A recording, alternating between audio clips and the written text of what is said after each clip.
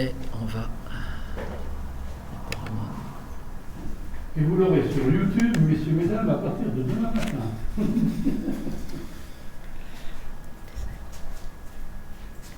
Voilà où nous en étions. Voilà où nous en étions. Nous avions vu les premiers outils, c'est-à-dire l'œil et puis la carte du ciel. Ce sont nos premiers outils les plus importants, je dirais même, puisqu'à partir de là, tout ce qui va suivre découle du parfait usage de ces deux premiers instruments. Donc le petit R, c'est pour dire que c'est là où nous en sommes. Et donc nous allons poursuivre avec un petit rappel du mouvement de la Terre autour du Soleil et du mouvement apparent du Soleil autour de la Terre. Donc évidemment, vous voyez à droite ce qui se passe en réalité. Sur l'image de droite, vous avez la trajectoire de la Terre autour du Soleil dans un plan qui s'appelle le plan de l'écliptique. Écliptique, c'est quelque chose que vous allez retrouver plus loin, que vous verrez d'ailleurs sur les cartes du ciel. L'intersection entre ce plan de l'écliptique et la sphère des étoiles, la sphère des fixes qu'on dit, trace sur le ciel une grande ligne qu'on appelle l'écliptique. Une grande courbe fermée qu'on appelle l'écliptique. Alors ce plan de l'écliptique comprend simplement, pour définir un plan, il faut 3 points. Vous prenez 2 positions distinctes de la Terre sur sa trajectoire autour du Soleil, et vous prenez le centre du Soleil, et ça vous fait les 3 points nécessaires pour avoir le plan de l'écliptique. Alors vous pouvez très bien aussi, dans le cadre de l'image de gauche, faire le même schéma, simplement. Vous prenez deux points de la position apparente du Soleil dans le ciel, et puis prendre le centre de la Terre comme 3e point, et puis vous avez à nouveau le plan de l'écliptique. C'est le même. Donc ce plan va se projeter sur la sphère céleste, donc il ne sera pas confondu avec l'équateur, il y aura un écart de 23 degrés et 27 minutes au maximum pour le nord et moins 23 degrés et 27 minutes pour le sud, d'inclinaison de l'écliptique par rapport à l'équateur. Parce que l'équateur géographique, lui aussi, toutes les coordonnées géographiques se projettent sur la sphère céleste, on va y venir. À moins qu'on l'ait vu, je ne sais plus si on l'a vu.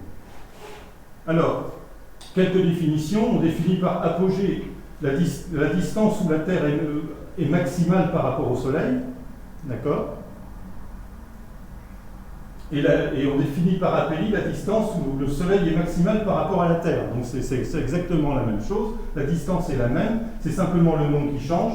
Vous avez l'apélie et vous avez l'apogée. Selon qu'on prend comme point de repère la Terre comme étant le centre du monde, ou le Soleil comme étant le centre du monde. Apogée pour G comme Géo, comme la Terre, et hélie pour le Soleil. Alors, pourquoi on ne dit pas aphélie? Parce on serait tenté de dire aphélie, A-P-H-E, on ne dit pas aphélie, on dit apélie, tout simplement parce que apélie, c'est la forme contractée de apoélie. On a apogée, mais on a aussi apoélie. Bon, on peut plutôt que dire tout le temps apoélie, par contraction, on dit simplement apélie. Particules séparables, ap, dans les deux cas. Donc apélie, apogée. Alors, vous avez les saisons qui sont rappelées, vous avez l'inclinaison de l'axe de rotation de la Terre sur lui-même qui est incliné par rapport au plan de l'écliptique, tout ça est bien indiqué. Et vous avez une non-confusion entre l'emplacement des solstices et l'emplacement des apélies et périhélies. Il y a un écart, c'est ainsi. C'est-à-dire que le grand axe de l'ellipse n'est pas confondu avec la ligne des solstices. Alors, cette image, simplement pour vous montrer que les coordonnées géographiques, la Terre est au centre, vous le voyez bien, où vous avez latitude et longitude.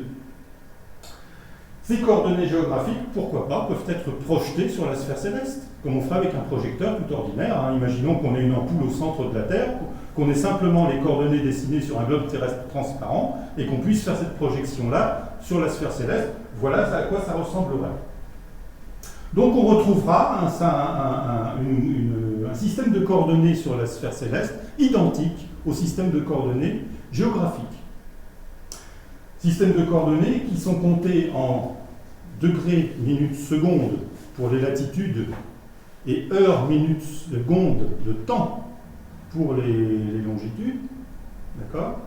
De même pour les ascensions droites, qui sont les projections des longitudes, vous aurez un décompte qui sera fait en heure, minute, seconde. Et puis pour les déclinaisons, qui sont les projections des latitudes, vous aurez un décompte qui sera fait en partant de l'équateur de 0 degré à plus 90 degrés vers le pôle nord céleste, et de 0 degré vers moins 90 degrés pour le pôle sud céleste. Alors ne confondez surtout pas les minutes et secondes de degrés, les minutes et secondes de temps. Sachant que pour une minute de temps, vous avez 15 minutes de seconde d'arc, de degré.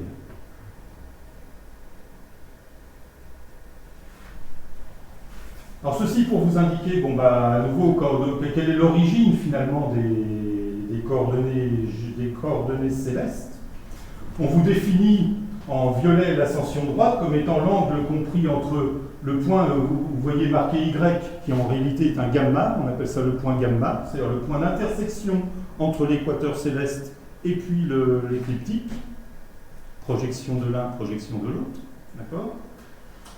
L'angle que fait ce point gamma avec le méridien sur lequel se trouve l'étoile dont on recherche les coordonnées, d'accord ? Et pour la déclinaison, eh bien, vous avez un angle qui est tracé entre la position de l'étoile et puis l'équateur.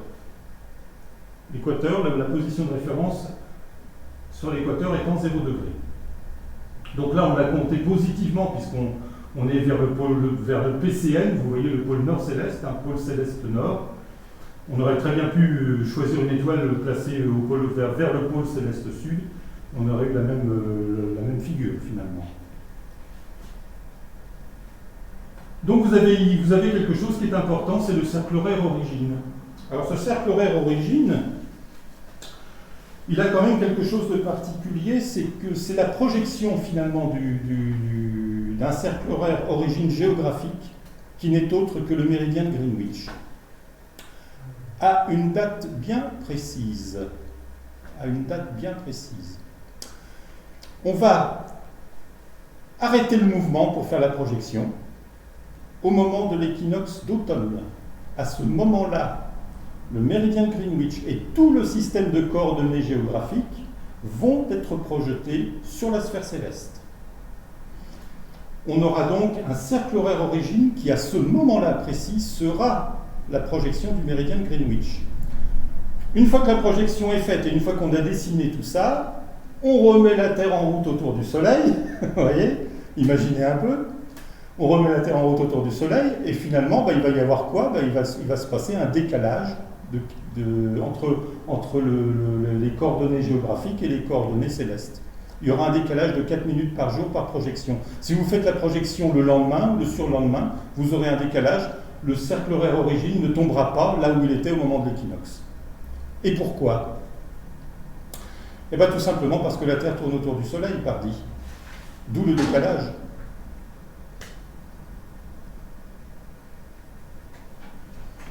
C'est comme ça qu'on a retrouvé à peu près les distances aussi des... Alors, les distances angulaires.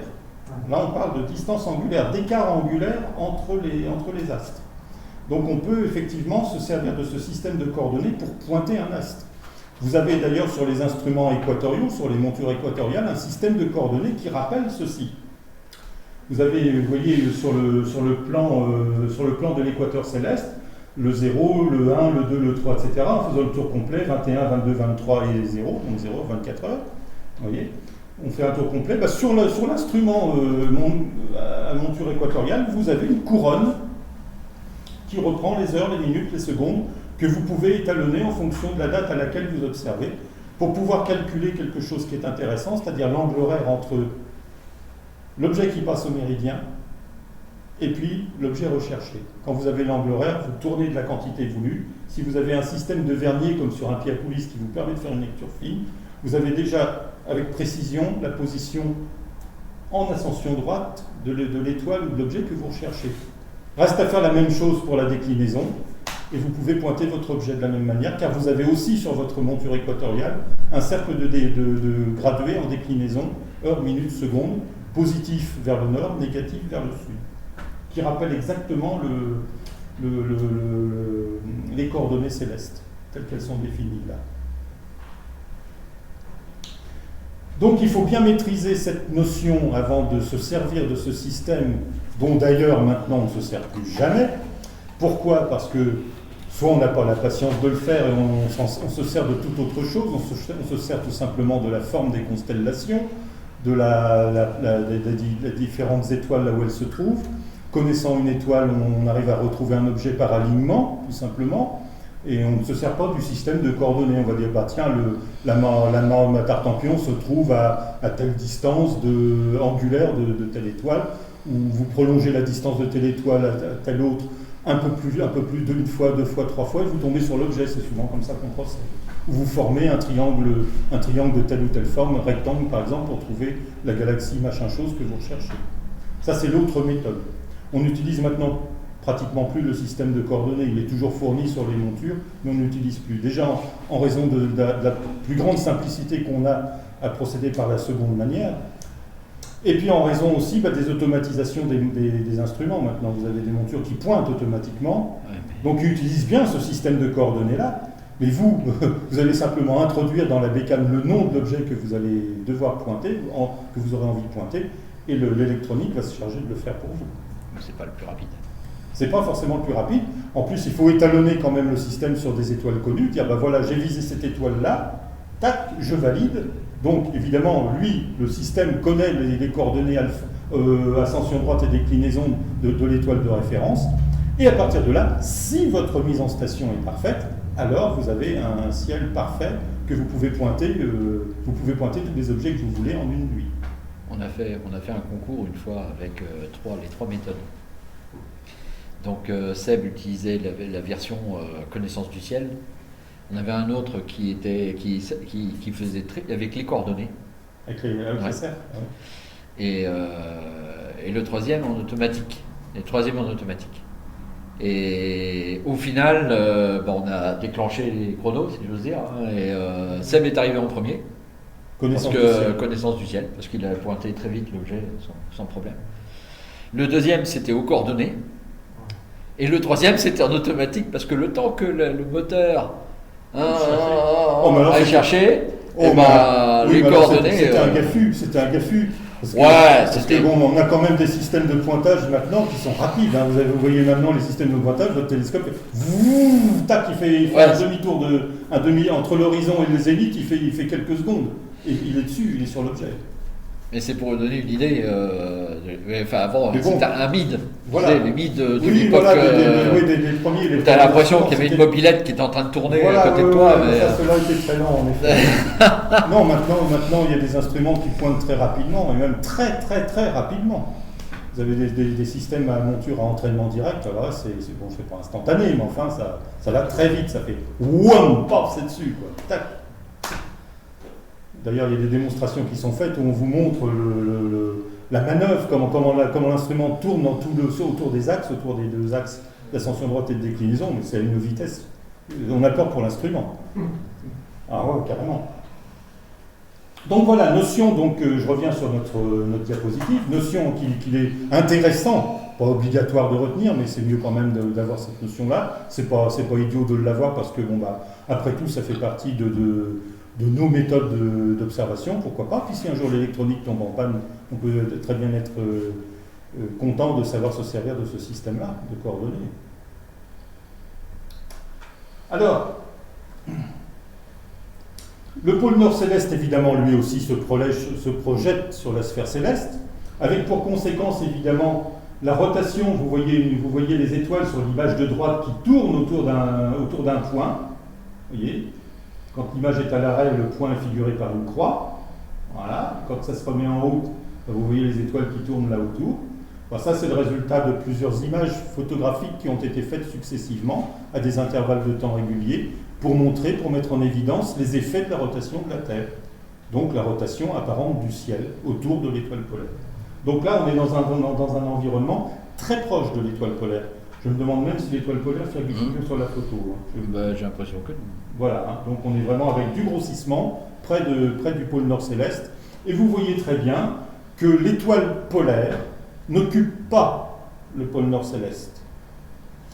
L'étoile polaire vous aidera à retrouver approximativement l'endroit où se trouve le pôle nord céleste. À partir du moment où vous l'aurez, il faudra fignoler votre réglage pour aligner exactement votre axe mécanique de votre monture, votre axe polaire de votre monture, bien parallèlement à l'axe de rotation de la Terre. Alors, il y a tout un protocole pour ça, bon, on entrera dans les détails un peu plus loin. Alors je vous expliquais justement le méridien de Greenwich. Bon, ça peut donner lieu même à des polémiques. Pourquoi sommes-nous avec un horaire d'été, un horaire d'hiver, et puis qu'on se retrouve finalement avec un méridien qui passe chez nous? Pourquoi ne sommes-nous pas au GMT? Ce serait encore plus logique, puisque le méridien passe chez nous. Si on était au GMT, un, les choses seraient beaucoup plus naturelles. Deux, elles seraient beaucoup plus simples pour nous, puisque finalement, on a le méridien géographique origine qui passe chez nous. Alors donc, au moment de l'équinoxe d'automne, sa projection sur la sphère céleste, vous l'imagineriez parfaitement bien. Vous allez du côté du Mans, par exemple, où ça passe presque dessus, vous avez une horloge sidérale qui est calée sur le temps sidéral, à 0h, 0 minute, 0 seconde, vous avez la coordonnée 0h, 0 minute, 0 seconde qui passe pile poil au méridien là où vous êtes. Uniquement à ce moment-là dans l'année. Alors, nous, les méthodes qu'on utilise finalement sont celles-ci. On parlait de distance angulaire entre les objets. Finalement, c'est encore la connaissance du ciel, la connaissance des constellations, la position d'un objet sur la carte, et puis les distances angulaires qui peuvent séparer les étoiles des objets ou les objets entre eux. Vous avez ici différentes échelles qui sont données, main tendue, poing tendu, doigt tendu. Voilà, donc le bras bien tendu, le bras bien tendu, parfaitement tendu, voilà. Et puis vous orientez vos doigts ou votre poing de façon à avoir l'écartement voulu. Et ça vous donne deux façons très approximatives, parce que tout le monde n'a pas la même morphologie. Vous avez des gens qui ont des bras très courts et des mains très, très larges, et des gens trapus. Et puis vous avez des gens qui sont longilignes et qui ont des bras très longs et des petites mains de garçonnets. Donc, ça existe, donc il faut savoir ça. Donc, ça peut donner lieu à des différences d'appréciation, je dirais, entre deux observateurs, tout simplement. Mais déjà là, cette méthode-là donne une bonne approximation, suffisante quand même pour pointer les objets. C'est pour ça qu'on l'utilise, on accepte de l'utiliser. Donc voilà, retenez bien ça. Alors, la figure à 25 degrés en bas, là, c'est ce qu'on appelle l'ampant. Alors, il y a des personnes qui ont une aptitude assez réduite à pouvoir écarter le pouce du cinquième doigt. Bon, moi, dans mon cas, je peux aller pratiquement en opposition. Donc, vous voyez, beaucoup de gens sont capables, d'autres un peu moins, ça dépend. Là, c'est une question de physiologie de la main. Ça, on n'est pas tous égaux non plus là-dessus. Voilà, on n'est pas tous égaux là-dedans non plus. Voilà. Donc ça peut vous servir pour mesurer des distances angulaires dans le ciel, mais ça peut vous servir pour mesurer n'importe quelle distance angulaire sur Terre aussi. C'est un outil très intéressant. Un petit goniomètre de poche. Vous avez aussi, évidemment, des systèmes de repérage. Bon, là, ici, je vous ai mis une représentation en bas à gauche de la grande ours, la casserole, avec son manche pliée. Et puis, vous avez les deux étoiles qui se trouvent à droite de la grande ours, de la casserole. Vous prenez l'étoile du bas et l'étoile au-dessus, puis vous prolongez la distance qui sépare ces deux étoiles 5 fois pour atteindre une étoile isolée sur une petite casserole. Vous voyez, la petite casserole qui est retournée par rapport à la grande, qui n'est rien d'autre que la petite ours. Et l'étoile qui est au bout de la queue de la petite ours, c'est l'étoile polaire. À partir du moment où vous avez trouvé l'étoile polaire, quand vous orientez une monture équatoriale, l'axe de rotation polaire de la monture équatoriale vers l'étoile polaire, vous pouvez dire que vous êtes assez proche d'une bonne mise en station, mais qui mérite quand même quelques perfectionnements. Là, on vous donne ici, sur cette image, l'étoile alpha grand ours qui s'appelle Cocab, et vous avez l'étoile polaire, et vous avez la position du pôle céleste vrai, qui est représenté par la croix. Vous voyez, vous avez North Celestial Pole, donc autrement dit pôle nord céleste, qui se trouve sur une ligne tendue entre cette étoile Cocab et puis l'étoile polaire. Donc vous voyez qu'il y a un écart quand même entre les deux. Quand vous avez trouvé l'étoile polaire, il faut trouver le pôle nord céleste. Il y a un petit écart et une petite recherche à faire après. Alors on a des outils pour ça, on a des viseurs polaires maintenant sur les montures qui permettent de très bien s'en sortir. On va y venir. Alors le ciel, tout ça, ça bouge évidemment, hein, vous avez vu, hein, les étoiles qui tournent autour du pôle nord céleste, donc tout ça, c'est en mouvement. Vous voyez, donc vous avez la Terre qui tourne par rapport à un grand décor qui est la sphère des fixes, la sphère étoilée, et qui tourne aussi devant le système de coordonnées. C'est-à-dire que vous avez le système de coordonnées géographiques qui va tourner devant le système de coordonnées célestes. Il n'y aura jamais fixité, hein, vous aurez des passages qui se feront entre méridiens et puis entre étoiles et ses coordonnées et le méridien sur lequel vous vous trouvez. On dit qu'une étoile se lève, c'est un petit rappel de jargon, une étoile se lève, une étoile se couche, le soleil se lève, le soleil se couche, la lune se lève, la lune se couche, les planètes se lèvent, les planètes se couchent, mais aussi elles passent à un moment où elles vont culminer, et ce moment de culmination, c'est le passage au méridien, au plus haut. Le méridien local, j'entends par là, c'est-à-dire le méridien qui est tendu entre le centre de la Terre, vous-même, d'accord, sa projection sur la sphère céleste, c'est-à-dire le zénith, d'accord, et puis l'axe polaire et sa projection sur la sphère céleste, le pôle céleste nord. Autrement dit, vous avez 3 points. Le point où vous vous trouvez, le pôle céleste nord et le zénith, qui vont définir un plan qu'on appelle le plan méridien. Ce plan méridien est très utile en navigation, puisque chaque fois que vous allez vous déplacer en longitude, vous allez emporter avec vous votre plan méridien. Donc autrement dit, si vous avez une base de temps emportée à bord de votre embarcation, vous allez pouvoir constater des décalages entre l'heure prévue du passage au méridien d'un astre et puis l'heure réelle où vous vous trouvez du passage au méridien de l'astre. Il y a un décalage puisque vous êtes déplacé un peu plus vers l'est ou vers l'ouest. Vous pourrez savoir de combien vous êtes déplacé en valeur angulaire, tout simplement. Et donc faire ce qu'on appelle le point en navigation. Après, pour le reste, c'est facile. Vous mesurez la hauteur de l'étoile polaire au-dessus de l'horizon et vous avez la latitude, tout simplement, puisque l'un étant la projection de l'autre, c'est très rapide. On continue. Alors, il y a des moments particuliers quand même dans l'année. Il y a 2 moments particuliers dans l'année qui sont les équinoxes, c'est-à-dire le moment où le Soleil, sa trajectoire dans le ciel va rencontrer l'équateur céleste, et puis il y a des moments particuliers où on aura un écartement maximal avec l'équateur céleste. Tout ça, ça tient tout simplement du fait que, je vous l'ai dit tout à l'heure, l'écliptique, le plan de l'écliptique et le plan équatorial forment un angle de 23 degrés 27 minutes entre eux. Ils ne sont pas confondus. Donc à partir de ce moment-là, il est tout à fait normal que vous ayez un soleil qui, en été, soit très haut dans le ciel et en hiver très bas dans le ciel sous nos latitudes. D'accord ? Tout simplement. Et si vous êtes sur l'équateur, vous aurez, au moment de l'équinoxe, vous aurez à midi, le jour de l'équinoxe, le soleil qui va passer pile poil au-dessus de votre tête, c'est-à-dire à votre zénith. D'accord ? Et puis quand vous observerez à ce même endroit équatorial, au moment du solstice d'hiver, vous aurez un passage au méridien qui se fera 23 degrés 27 minutes en dessous du zénith. Respectivement, pour le solstice d'été, vous aurez plus 23 degrés 27 minutes au-dessus du zénith. Ça, si vous êtes à l'équateur. Si vous observez depuis l'équateur. Là, nous sommes à 8 degrés de latitude. 45. 47,47 exactement ici. 47 degrés de latitude nord, donc nous sommes pratiquement à mi-parcours entre 0 et 90 degrés de latitude. Donc il est normal que vous ayez un horizon nord qui soit en dessous du pôle nord céleste. D'accord ? Et il est normal que vous ayez un horizon sud qui ne montre pas ce qui se passe, qui cache une partie de la sphère céleste, que vous ne pouvez pas voir, que vous ne pourrez jamais voir.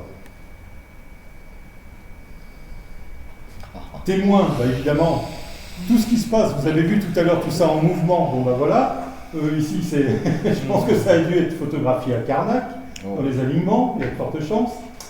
Vous voyez très Il y a bien, longtemps. vous voyez très bien la trajectoire des étoiles autour du pôle nord céleste. Vous avez vu qu'il était occupé par pratiquement aucune étoile. Vous voyez une étoile brillante près de ce point-là, qui est l'étoile polaire. D'accord ? Et puis alors après, à vous de vous amuser pour identifier les autres étoiles. Donc comment on fait ce genre de cliché? Au passage, hein, on met tout simplement, on braque un appareil photo ordinaire vers le nord, hein, de façon à ce que la région du nord céleste soit là-dedans, hein, soit dans le champ de l'appareil photo. Et puis vous déclenchez pendant un certain nombre de minutes de façon à ce que soit enregistré le mouvement des étoiles, alors que finalement le décor lui reste fixe. Les menhirs n'ont pas bougé, les étoiles les bougent. Les étoiles, Ça, c'est de l'argentique, ça. Alors ça, oui, ça a été fait en argentique.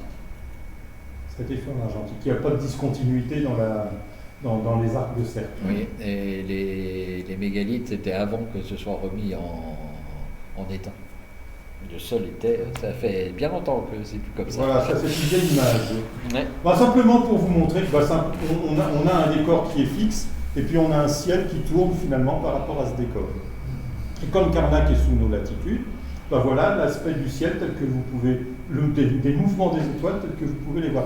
Alors, là, les étoiles tournent autour de l'étoile polaire dans le sens des aiguilles ou au contraire des aiguilles d'une montre.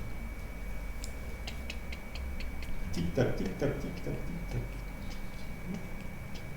Quand vous êtes tourné vers le nord, quand vous regardez donc tel que c'est sur la photo, vous voyez les étoiles tourner dans quel sens? Dans le sens horaire ou dans le sens anti-horaire? Anti-horaire, très juste. Puisque la Terre tourne dans le sens horaire. Et finalement, vous êtes sur un manège qui tourne, et puis vous voyez le décor tourner autour de vous.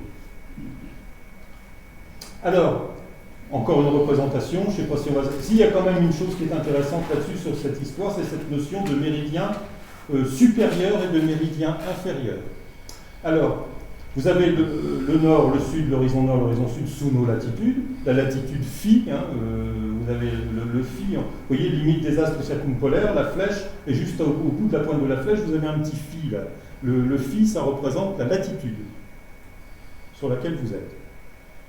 Ça représente la hauteur également de l'étoile polaire, on va dire, au-dessus de l'horizon nord, du point cardinal nord, pour être précis. Donc vous tendez une ligne entre le point cardinal nord et le point cardinal sud passant par vous, d'accord? À l'intersection, à la perpendiculaire de cela, c'est au-dessus de votre tête. Vous avez le zénith, juste au-dessus de vous.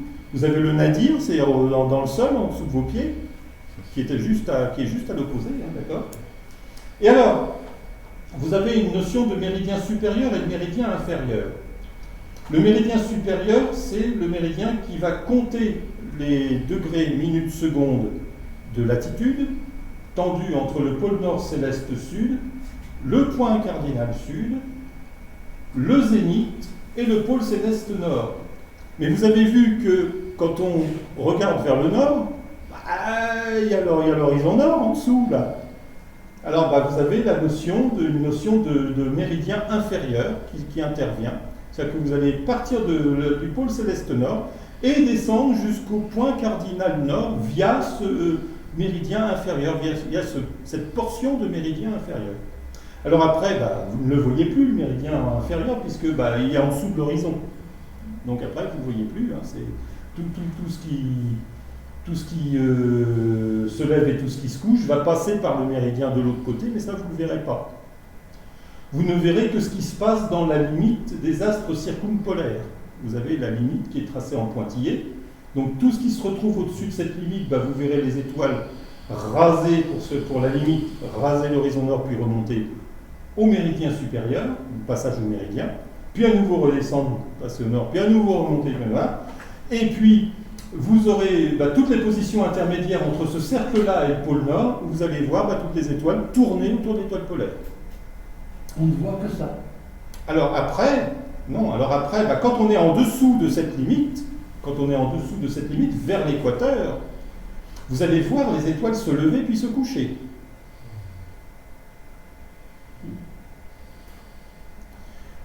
Alors évidemment, cette figure-là va dépendre de la latitude phi où vous vous trouvez.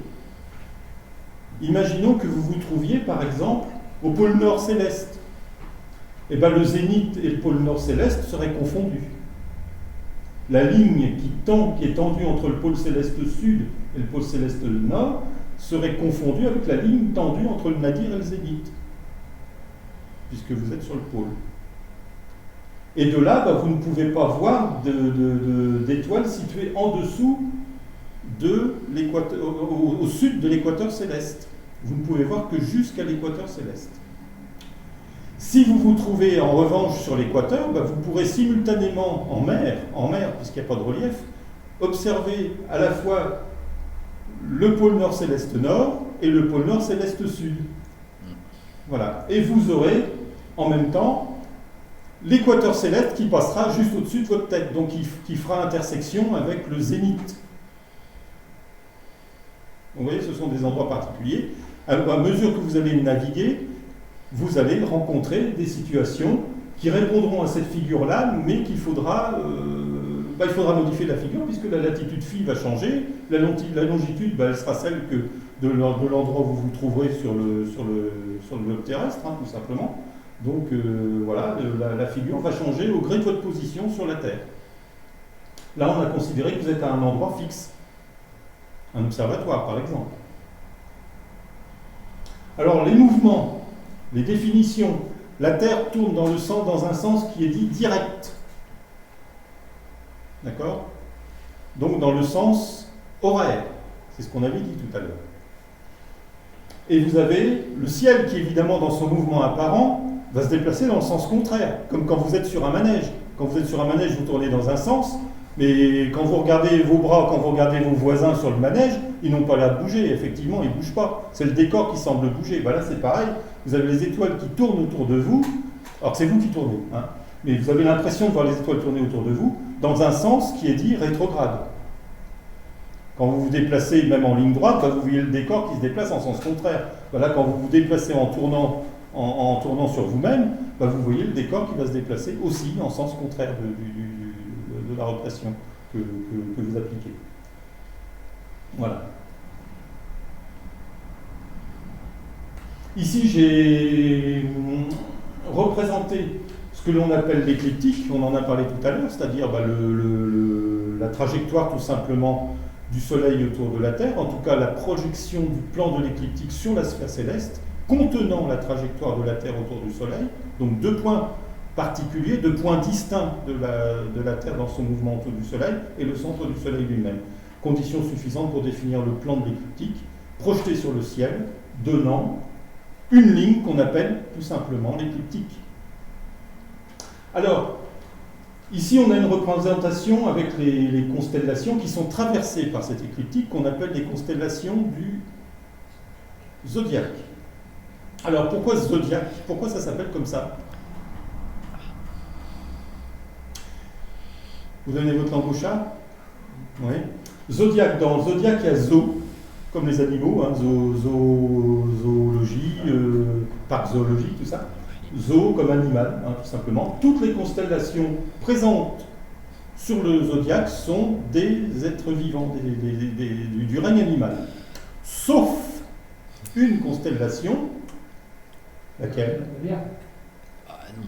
Ah non. La balance. Gémeaux. Regardez bien. Gémeaux, c'est vivant. C'est la balance. La balance. La balance. Ah, la balance. Laquelle balance? Robert Wall. La balance romaine. Romain. Qui a introduit cette balance romaine parmi les constellations du zodiaque? Jules César. Jules César a introduit la balance romaine dans les constellations, éliminant de fait le porteur de serpent Ophiuchus, qui était une constellation zodiacale, qui est d'ailleurs toujours traversée par l'écliptique. Voilà. Donc, il y a une bande bleue que vous voyez là au-dessus et en dessous de l'écliptique, de la trace de l'écliptique. Et cette bande bleue, cette bande zodiacale, c'est la bande dans laquelle vont circuler le Soleil, la Lune, enfin le Soleil, non, oui, le Soleil, puisque lui, il circule sur l'écliptique précisément, la Lune et les planètes. Alors pourquoi ça va circuler de part et d'autre finalement de l'écliptique? Tout simplement parce que les plans respectifs de révolution de ces astres-là, planètes et lunes et compagnie, autour de la Terre pour la Lune et autour du Soleil pour les planètes, ce n'est pas coplanaire avec le plan de l'écliptique. Il y a un angle qui est distinct, qui distingue le plan de l'écliptique de l'angle de révolution de l'astre considéré. Prenons par exemple, je ne sais pas, mais on va dire par exemple Jupiter.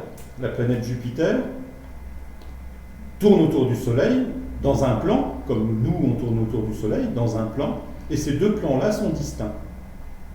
Ils sont distincts angulairement, ils forment un angle entre eux.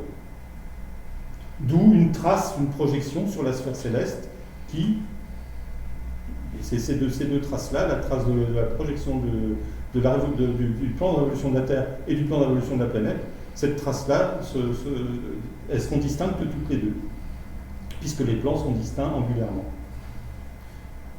Est-ce que je suis clair dans mes propos? Non. Apparemment, non. Alors, question. Alors, on va essayer de dire les choses autrement. Vous avez ce que vous voyez, c'est-à-dire une bande bleue. Elle est coupée en son milieu, cette bande bleue, par une ligne fléchée qu'on appelle l'écliptique. Ça, vous avez compris à quoi ça correspond. Vous avez une limite à cette bande bleue au-dessus, et vous avez une limite à cette bande bleue en dessous.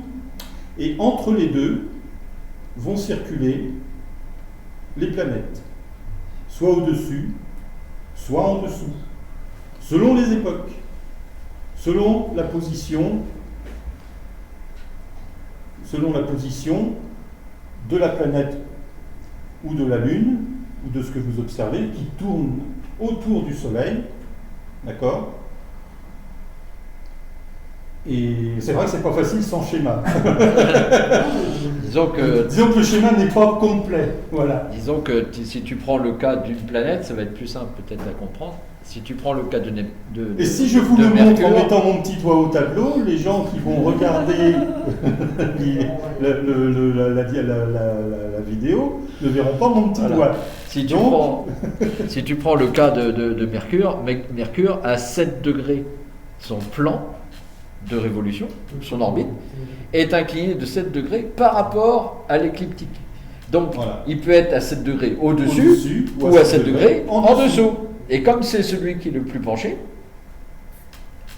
ça fixe les limites. Les limites sont ainsi fixées. Alors, cette explication est exactement reproductive pour toutes les autres planètes. Voilà.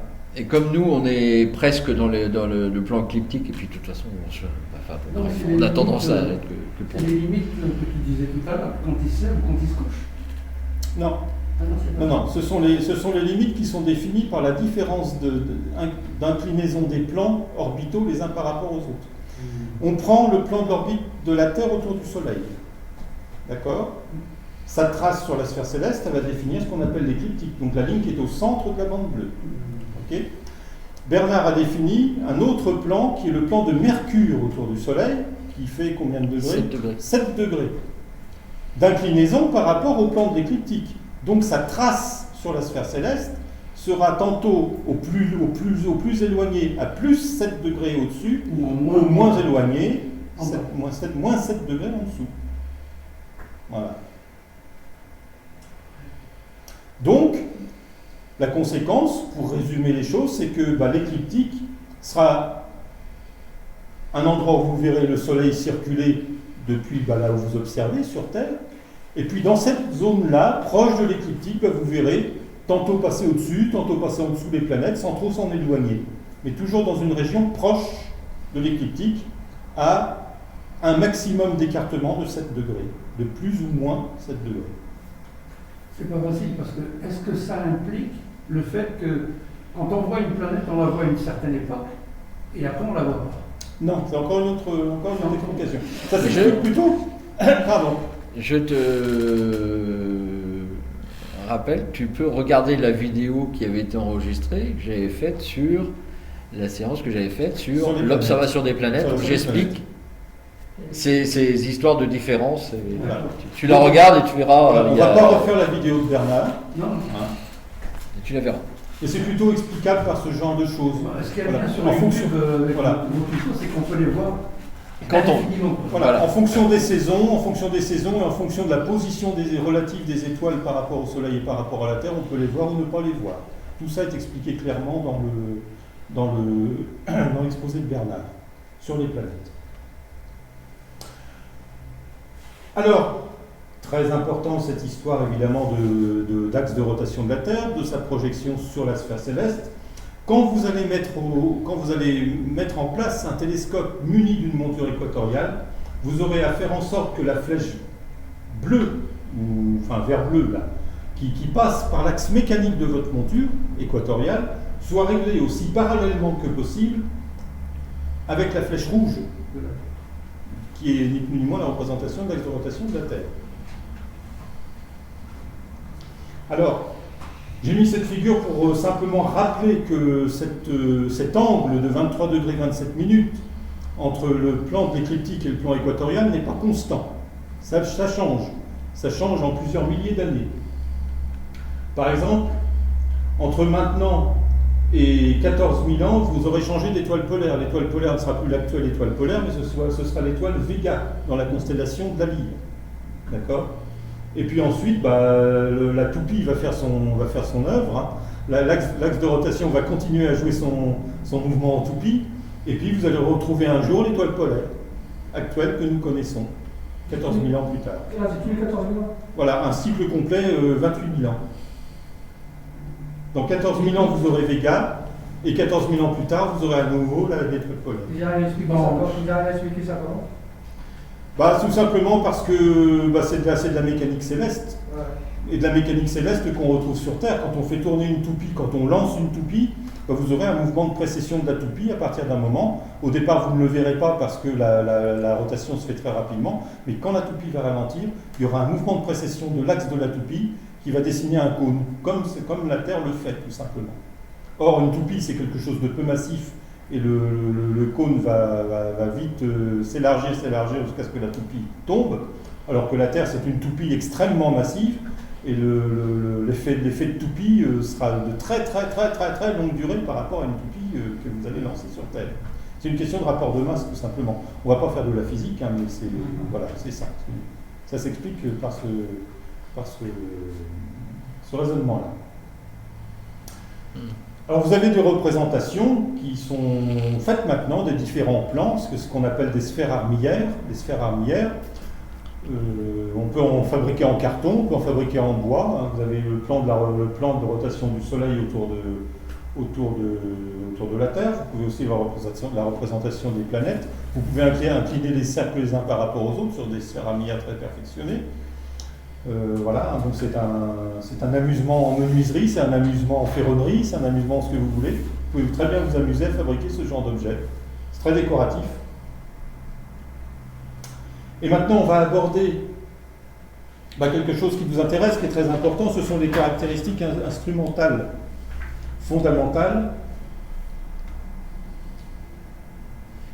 où on va aborder des notions intéressantes comme la puissance d'un instrument et comment on utilise la puissance d'un instrument, à quelle fin et de quelle manière, pourquoi on va utiliser tel grossissement pour observer ci, pourquoi tel autre grossissement pour observer ça.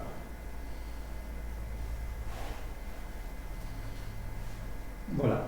Alors tout ça, vous verrez que ça dépend de quelques caractéristiques qui sont très simples, mais qu'il faut connaître absolument.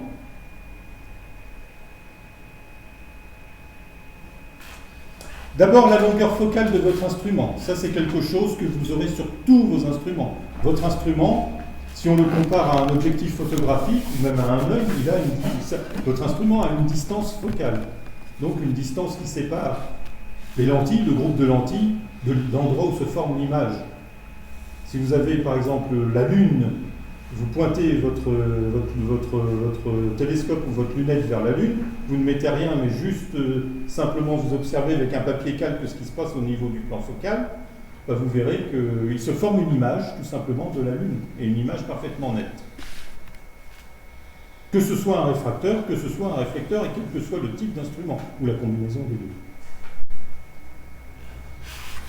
Voilà, la longueur focale qu'on appelle aussi la distance focale. Hein. Dans le jargon, on mises aussi bien indifféremment l'un que l'autre. Donc la distance qui sépare le lieu où se forme l'image du groupe de lentilles ou du miroir, vous voyez, par exemple, voilà, ici un objectif de lunettes astronomiques, ou là, un miroir après, voilà, distance séparant le point nodal, on va voir ce que c'est après. Donc la partie centrale du groupe de lentilles, de là où se forme le foyer. Et là, dans le cadre d'un miroir, par exemple sur un télescope, c'est la distance qui sépare le miroir proprement dit, de là où il y a le petit œil, là vous voyez marqué oculaire, l'oculaire, bon, c'est là où se forme le foyer image, le foyer image fourni par le télescope. Et avec votre œil, vous allez pouvoir observer l'image de la Lune, par exemple, sans y mettre forcément d'oculaire, vous verrez déjà une image de la Lune. Si vous approchez, si vous mettez par exemple un verre dépoli ou un papier calque à l'endroit où se forme l'image, vous pourrez former une image bien nette, mais minuscule, de la Lune, par exemple. Image que vous pourrez grossir avec une loupe qu'on appelle un oculaire.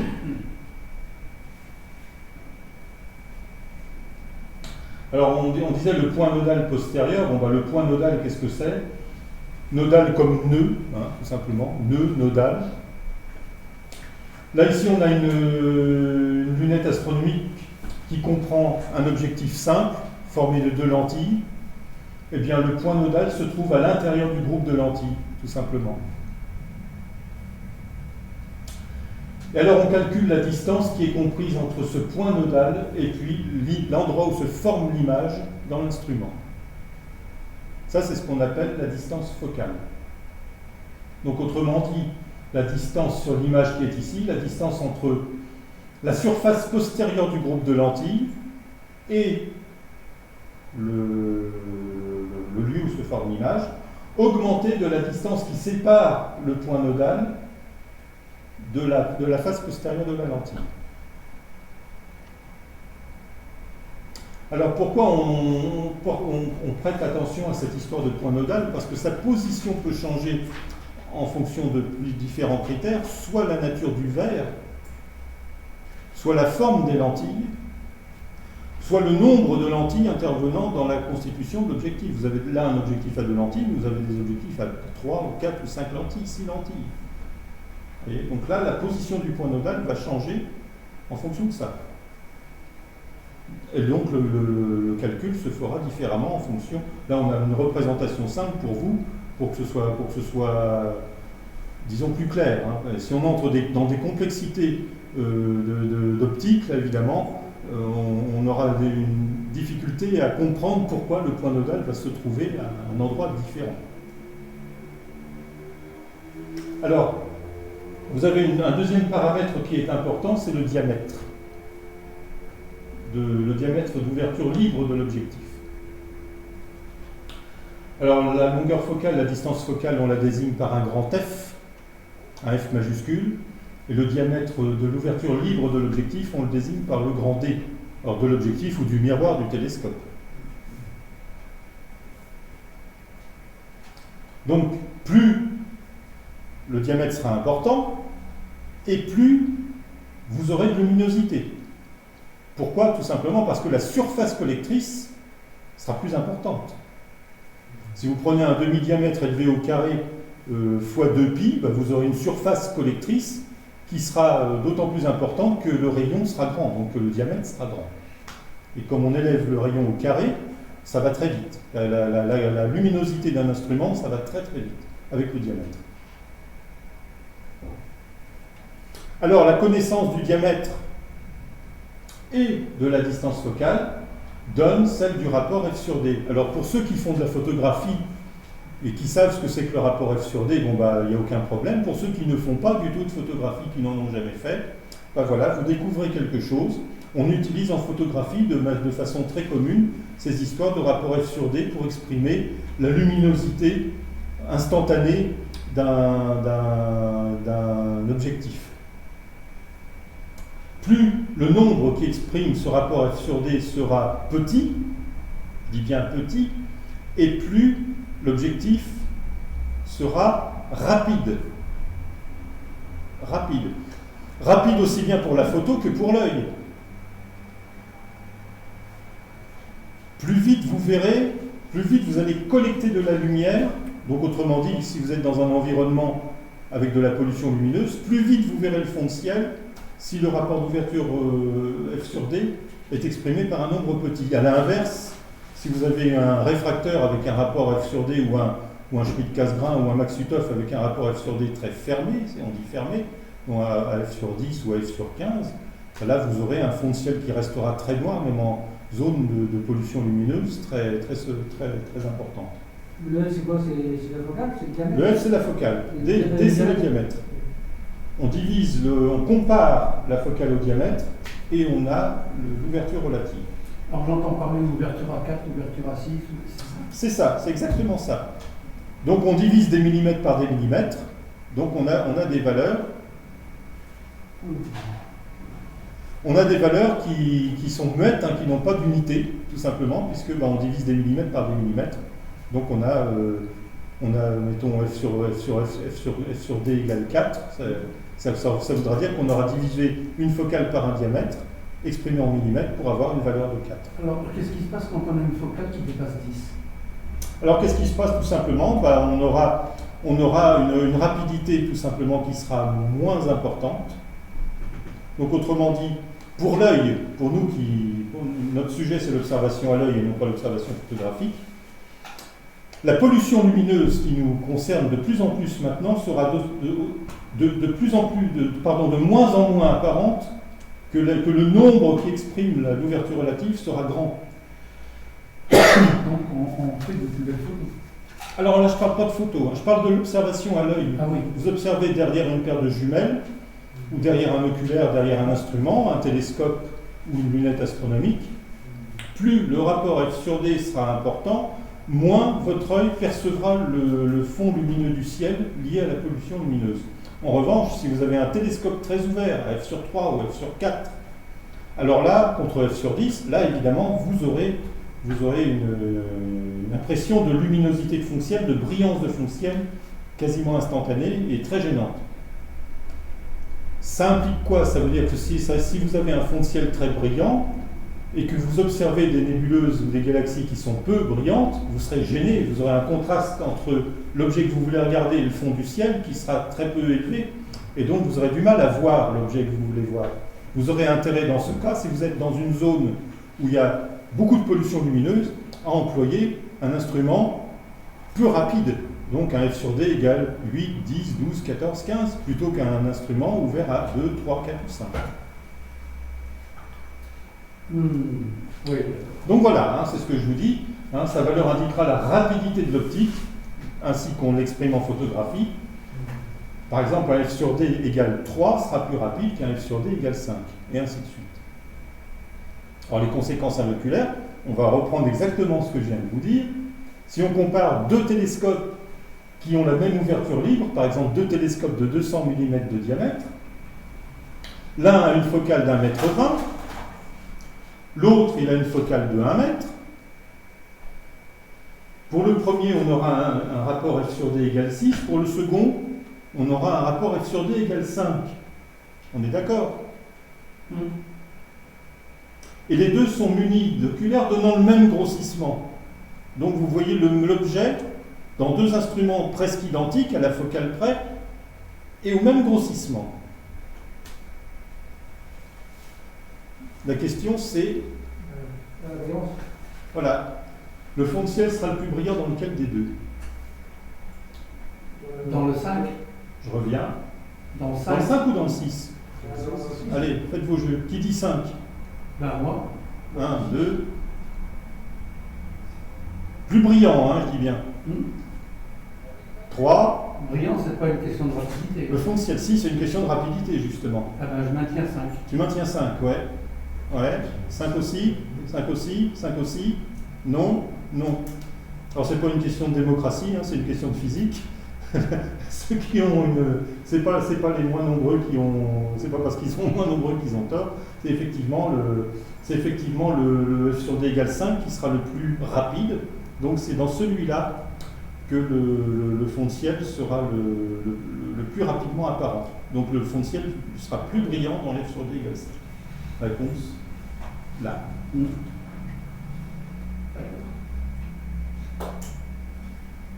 Donc en zone urbaine, c'est ce que je vous disais tout à l'heure, ou périurbaine, on sera gêné par le fond de ciel, bien entendu, puisqu'il y a de la pollution lumineuse. Le ciel sera brillant, évidemment. Quand vous voudrez regarder des objets faibles, des galaxies, des nébuleuses, des amas, vous serez gêné tout simplement par la brillance du ciel dans votre instrument. Alors que dans un endroit où vous n'avez absolument aucun éclairage public alentour, vous aurez un fond de ciel qui sera quasi inexistant et vous ne serez pas gêné pour observer les galaxies et les nébuleuses. Donc il est important pour vous qui allez utiliser des instruments qui ont une certaine puissance du point de vue de la luminosité, d'essayer de vous écarter le plus possible des zones urbaines ou périurbaines pour observer. Ça, c'est la première chose qu'il faille faire. Et ça, ce n'est pas forcément ce qui est le plus important en photographie, ça a son importance, mais moindre. Mais alors en observation visuelle, c'est fondamental, il faut absolument, pour que vous puissiez observer de façon bien claire, bien nette et dans le confort, que vous soyez dans une zone absolument peu polluée. Si vous êtes chez vous et que vous avez un lampadaire qui donne au-dessus dans vos fenêtres, alors là, c'est dans votre jardin, c'est pas la peine, prenez la voiture, emmenez votre instrument et allez à la campagne, là où il n'y a pas d'éclairage. C'est ça que ça veut dire. Je reviens par rapport à ce que j'ai à peu près compris. Par rapport à ce donc, c'est par rapport à la longueur de la focale, c'est ça? En fait, compte, il y a ce problème de rapidité. Alors, si à diamètre constant, on a une focale plus grande, l'instrument sera moins rapide. Donc le fond de ciel sortira plus vite. C'est pas pour ça. Donc, soyez le contraire. Non, mais bon, après, c'est des notions. Ouais, voilà. C'est des notions que l'on comprend quand on les a éprouvées soi-même, sur le terrain. Donc en zone non polluée, c'est ce qu'on disait tout à l'heure aussi, on aura plus intérêt à utiliser un instrument très ouvert, sur des 3 à 5. Là, on peut se le permettre, puisqu'il n'y a pas de pollution lumineuse. Le fond de ciel brillant, on ne sera pas gêné avec.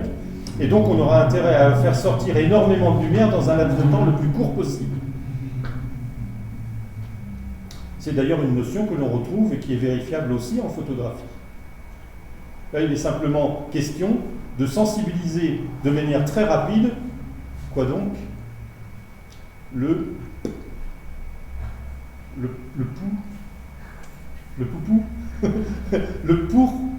pourpre rétinien.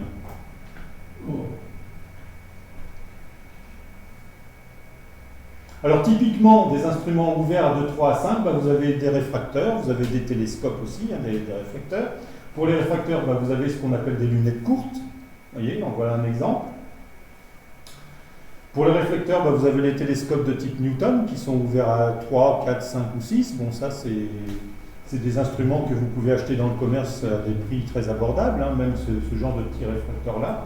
Et vous verrez sur le terrain si votre domaine de prédilection, c'est plutôt l'observation des galaxies, des nébuleuses. Un instrument comme celui que je vous présente là en photo est très convenable parce qu'il n'y a pas de réglage à faire, à part la mise au point. Il n'y a pas de réglage de collimation, ce qu'on verra plus loin, qui pour certaines personnes peut être rébarbatif.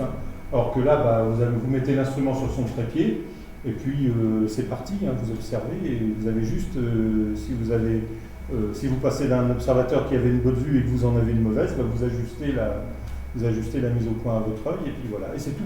C'est le seul réglage qu'il y a à faire, agir sur la molette de mise au point, qui se trouve à droite sur la figure, entre le renvoi coudé, et puis vous voyez, il y a une partie chromée, là, et puis vous avez une petite roulette en avant de la partie chromée. C'est cette petite roulette qu'on fait tourner pour effectuer la mise au point. Alors, on ne la voit pas sur l'image, mais il y en a une autre de l'autre côté. Il y a une tige qui est tendue entre une roulette et puis l'autre roulette. Et puis entre les deux, vous avez un pignon qui vient agir sur une crémaillère. On va voir ça dans le détail.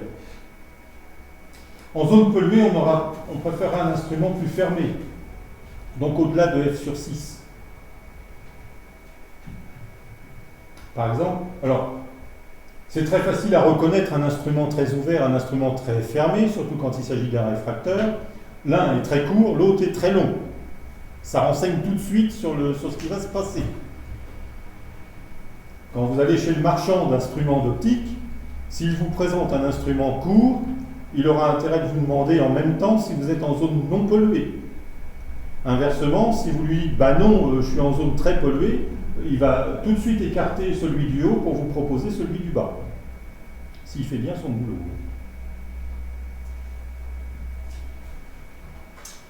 Alors une autre notion qui peut être intéressante, mais ça, je dirais, ça a son intérêt si vous utilisez un oculaire, donc c'est la petite loupe qui sert à grossir l'image au foyer, un oculaire dont vous ne connaissez pas les caractéristiques. Vous allez pouvoir, grâce à ce diamètre de l'anneau oculaire, trouver les caractéristiques de l'oculaire que vous utilisez. On va voir ça plus loin. Alors, l'anneau oculaire, c'est l'image réelle de l'objectif qui est fournie par l'oculaire. Tout simplement. Ça se comporte un peu comme un petit objectif, ni plus ni moins. Parce que ça peut projeter aussi.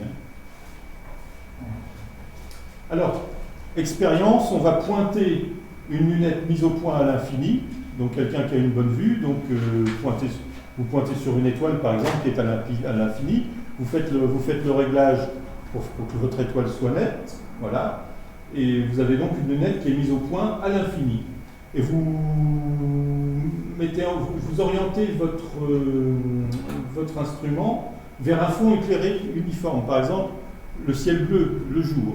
Sans avoir touché à quoi que ce soit, vous avez fait votre réglage, vous attendez le jour, et puis voilà, vous pointez le ciel bleu, et vous aurez un fond de ciel uniforme à ce moment-là qui va vous servir.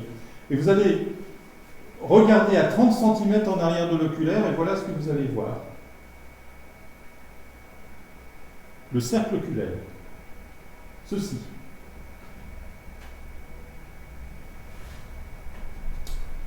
Alors le cercle oculaire, vous pouvez le trouver plus facilement grâce à l'utilisation d'un papier calque ou d'un verre dépoli. Plutôt un verre dépoli parce qu'un papier, ça a tendance à se tordre. Un verre dépoli, ça ne se tordra pas.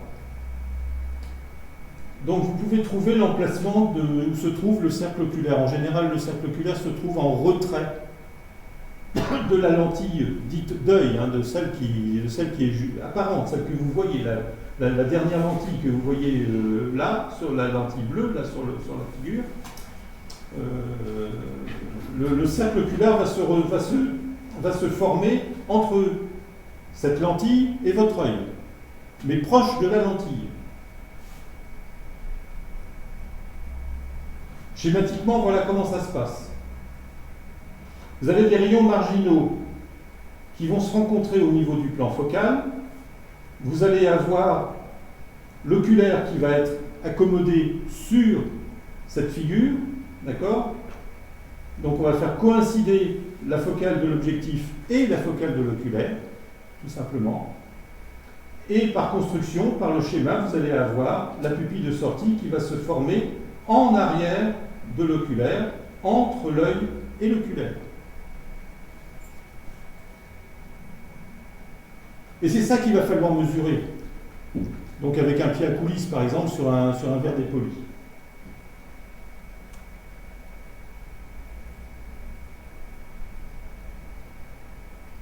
La distance qui sépare l'oculaire, donc la lentille postérieure de l'oculaire, de la pupille de sortie, c'est ce qu'on appelle le relief d'œil. Alors, pourquoi est-ce qu'on en parle? Justement, en fonction des séries d'oculaires, des marques des oculaires, des prix que vous allez mettre dans vos oculaires, vous aurez des reliefs d'œil qui seront différents les uns des autres. Vous aurez des reliefs d'œil qui sont très courts sur certains oculaires, vous aurez des reliefs d'œil qui sont très longs sur d'autres séries d'oculaires. Quel est l'intérêt de la chose? Pour les reliefs d'œil longs, notamment, ça intéresse toutes les personnes, et j'en vois 1, 2, 3, 4 ici, qui portent des lunettes. Vous pourrez très bien observer à l'oculaire sans être obligé d'enlever vos lunettes.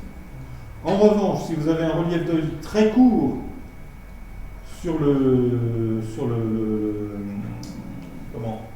derrière l'oculaire, là, vous serez obligé d'enlever vos lunettes, puis de régler la mise au point.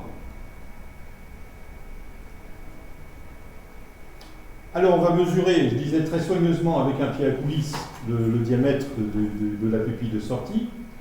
Un pied à coulisse au 10e est suffisant. Et cette connaissance de ce cercle oculaire va entraîner automatiquement celle du grossissement. Vous ne connaissez pas la longueur focale de votre oculaire, mais vous allez tout simplement comparer le diamètre de votre objectif au diamètre du cercle oculaire, et le rapport entre les deux va vous donner le grossissement de votre instrument.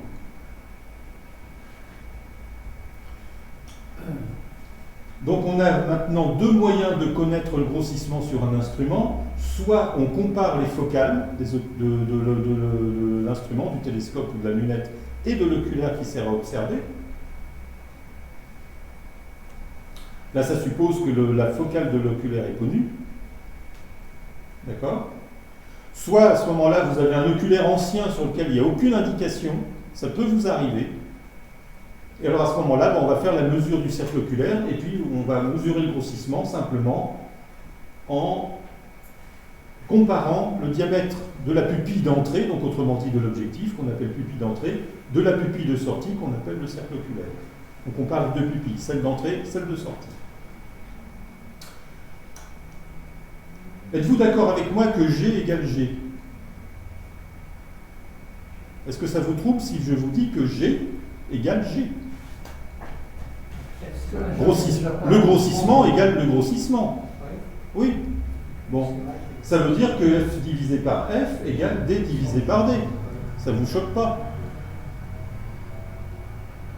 Autrement dit, si on rapproche ces deux équations-là, on peut très bien connaître la focale de l'oculaire, tout simplement en disant que le rapport F sur D fois le diamètre du cercle oculaire donne la focale de l'oculaire.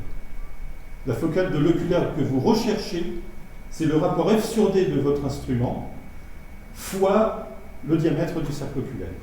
Mais quand on achète un oculaire, on n'a pas la focale. Ça dépend, en général c'est fourni maintenant. On dit c'est un oculaire de 9 mm, de 10 mm. Alors voilà, à partir du moment où c'est donné, vous avez votre grossissement simplement en comparant la focale du télescope ou de la lunette avec la focale de l'oculaire. Non, avec le diamètre. Avec la focale de l'oculaire. Vous comparez les deux focales, je reviens. Ça, vous comparez les deux focales. Grossissement égale focale divisé par focale. Du télescope et de l'oculaire. Voilà. D'accord. Si vous manque une des deux focales, vous utilisez l'autre relation. D'accord ? D'accord. Diamètre de l'objectif. Divisé par diamètre du cercle oculaire. Et vous avez aussi le grossissement. D'accord. Ce sont deux manières de connaître le grossissement. Donc des notions qui peuvent vous intéresser si vous récupérez un jour un instrument ancien. Ça peut arriver, hein, vous allez dans une brocante, oh la belle lunette a l'air d'être pas mal, oh puis l'objectif est en bon état, oh puis il y a une série d'oculaires, j'achète. Ah mais mince, ah il n'y a pas les valeurs des focales là-dessus. Oui. Et ben, votre série d'oculaires, vous allez pour chaque oculaire mesurer le cercle oculaire, donc la pupille de sortie. Et vous allez ainsi pouvoir marquer avec une petite gommette la valeur de votre oculaire sur l'oculaire après avoir fait cette mesure par la relation que voici, que voilà. On va l'avoir sur Facebook, sur YouTube. Sur YouTube, hein, tout ça va sortir sur YouTube. Alors, un faisceau entrant parallèle provenant d'une étoile ressortira parallèle de l'oculaire quand la mise au point est parfaite.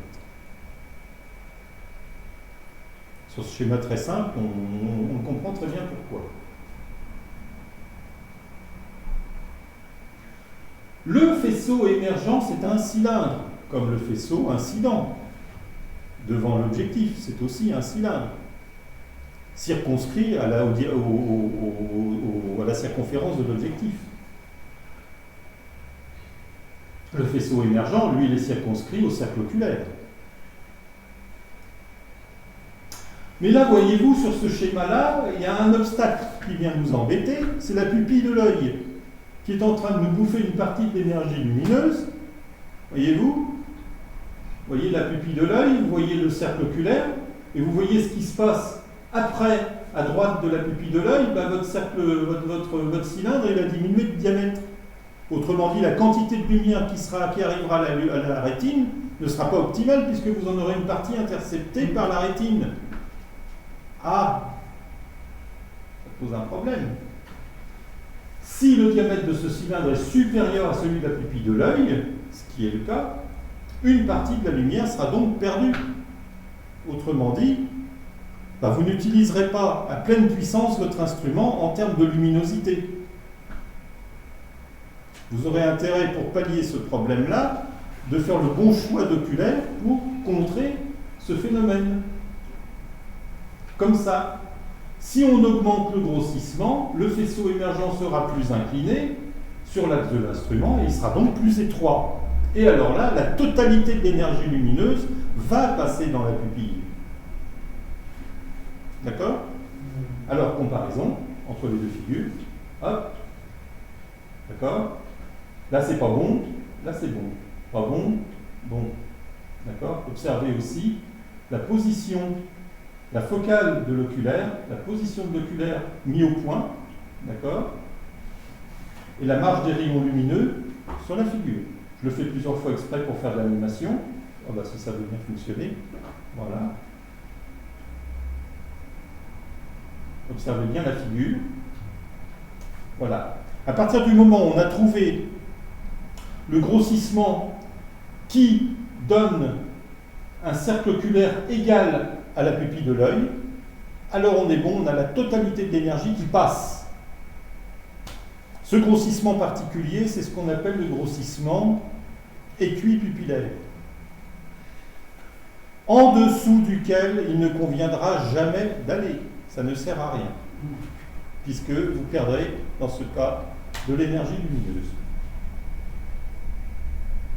Voilà. Notion très importante. Vous allez acheter un instrument, un télescope, une lunette, n'importe quoi, ce que vous voulez. Arrangez-vous pour ne pas acheter d'oculaire avec. Enfin, pour ne pas acheter la série. Essayez de trouver un instrument qui soit fourni sans série d'oculaire et composez vous-même votre série d'oculaires. Arrangez-vous pour avoir un oculaire qui vous donne le grossissement équipupillaire et puis un grossissement supérieur à ce grossissement équipupillaire. Mais pas un grossissement inférieur parce que de toute façon, vous ne pourrez pas l'exploiter en vertu de ce qu'on vient de dire. Oui, mais il y a des tas de critères qui rentrent en jeu là. Alors après, on va les voir. On va les voir, on va les aborder, on va tout aborder. Voilà. Pupille d'œil de 6 mm de diamètre. Voilà, alors, pupille de l'œil, 6 mm de diamètre. Pupille de sortie de l'instrument, également 6 mm. Alors attention, prenez en compte l'âge de l'observateur. Parce qu'un sujet jeune, un ado, 8, 12 ans, 13 ans, 14 ans, pourra dilater sa pupille jusqu'à 7 mm environ, voire même un peu au-delà. Mais un sujet qui a passé la soixantaine, lui, ne pourra pas dilater au-delà de 5 mm. Donc le grossissement équipupillaire de l'un ne sera pas forcément le grossissement équipupillaire de l'autre.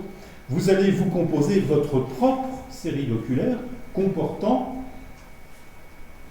un oculaire qui vous donne votre grossissement équipupillaire. C'est pour ça qu'à notre âge, quand on achète par exemple, je dis quoi, des jumelles, il faut faire attention à ça. Il faut faire attention à ça. Imaginez que vous achetiez des jumelles 7,50, 7 x 50. Et bien vous aurez une pupille de sortie qui fera 7 mm. Un sujet qui a atteint la soixantaine ou dépassé ne pourra jamais exploiter pleinement l'énergie fournie par la paire de jumelles, puisque sa pupille va en intercepter, ces deux pupilles vont en intercepter une partie du faisceau émergent. Et bien il aura plutôt intérêt à se tourner vers une paire de jumelles 10 x 50, où là le cercle oculaire sera de 5 mm. Largement comblé. Voilà. Et là ça passe. Donc des 10-50. Des 10-50 pour un sujet plus âgé et des 7-50 pour un sujet très jeune. De toute façon, vous savez, l'écart de grossissement est si peu important entre l'un et l'autre. Quand vous passez d'une paire de jumelles 7,50 à une paire de jumelles 10,50, bon, si vous avez l'œil exercé, vous allez vous en rendre compte, mais quelqu'un qui n'a pas l'œil exercé ne s'en rendra pas compte du passage de l'un à l'autre, en termes de grossissement. Donc voilà, c'est ça le critère pour le choix des jumelles. Les jumelles vont vous donner autant que possible un grossissement équipupillaire, d'accord? Et bien vous allez faire votre choix de grossissement équipupillaire en fonction de votre âge. Ou en fonction d'éventuelles pathologies de l'œil aussi, hein, parce qu'il y a ça, il ne faut pas perdre ça non plus à l'esprit. Hein. Vous pouvez très bien avoir des problèmes de... Et si on choisit un mètre de sortie plus important, par exemple 10-80 ou 20-80? Eh bien, 4 x 20, 80, d'accord? Donc le cercle oculaire fera 4 mm. Et alors là, pour un sujet âgé, ça passera très bien. D'accord. Pour un sujet âgé, des 20-80, ça passe. Des 10-80, ça passera pas. Des 15-80, je ne sais pas combien ça fait, mais ça doit passer. Donc le mieux c'est des 20-80. Idéalement, c'est des 20-80. Ouais, ça coûte 1000 € aussi. Ça dépend. Chez Chinois, on arrive à en trouver des convenables, pas trop chers. Même des Vixen maintenant, japonaises, on arrive à en trouver à des prix, même d'occasion.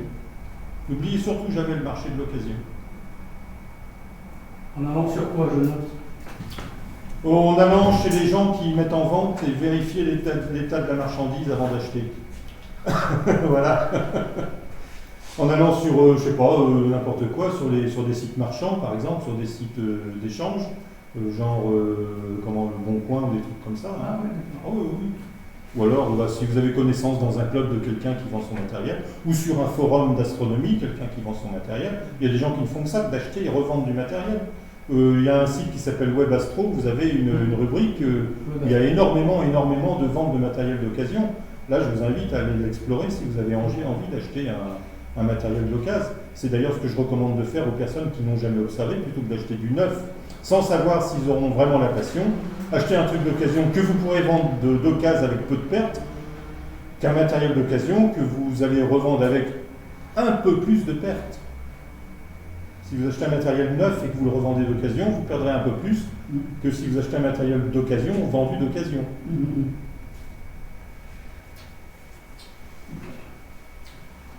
Donc on a dit, l'âge de l'observateur c'est important, d'accord?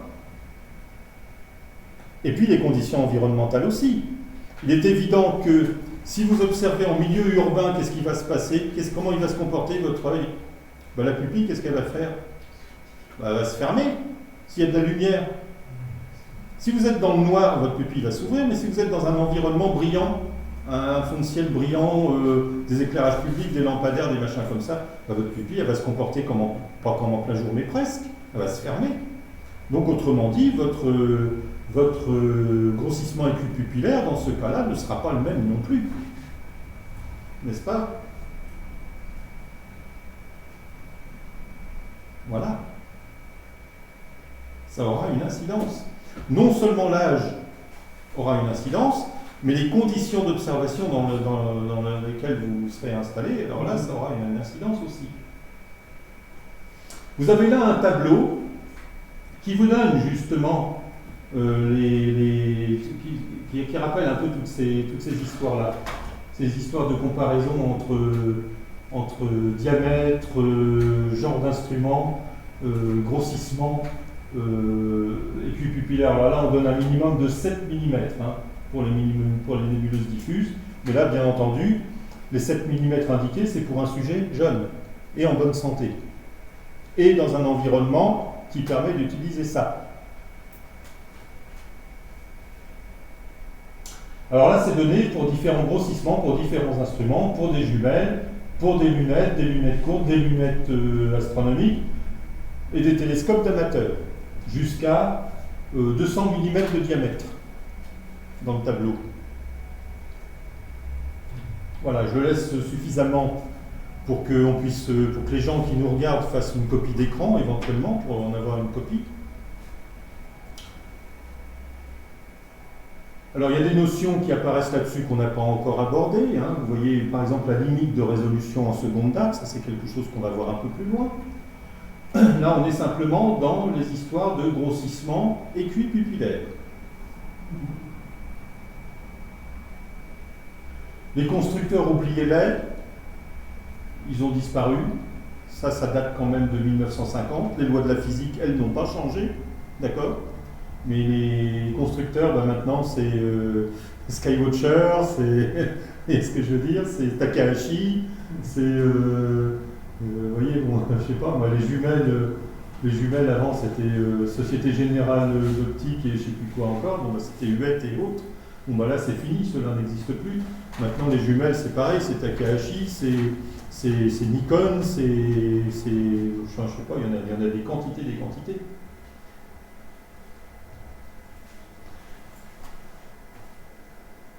Alors là, ce qui est important de retenir, je ne vais pas vous demander de lire tout ça, voilà la figure de gauche que vous avez déjà vue avec les histoires de points nodal, de distance focale. Et puis à droite, le tableau que je viens de vous montrer. Ce qui est important dans cette page, c'est ce qui se passe en dessous. Qu'est-ce qui se passe si D devient inférieur à 1 mm? C'est-à-dire quand le grossissement est supérieur au diamètre exprimé en millimètres. C'est ça qui est important. Je laisse le temps justement aux personnes qui nous regardent de faire la lecture. Et il est dit qu'il n'est pas utile de descendre en pratique à moins de D égale 0,4 mm. La pupille de sortie ne sera pas inférieure à 0,4 mm de diamètre, ce qui correspond à 2,5 fois le diamètre de la pupille d'entrée. 2,5 fois le diamètre de l'objectif. C'est pas la peine d'aller au-delà, d'aller grossir plus que ça.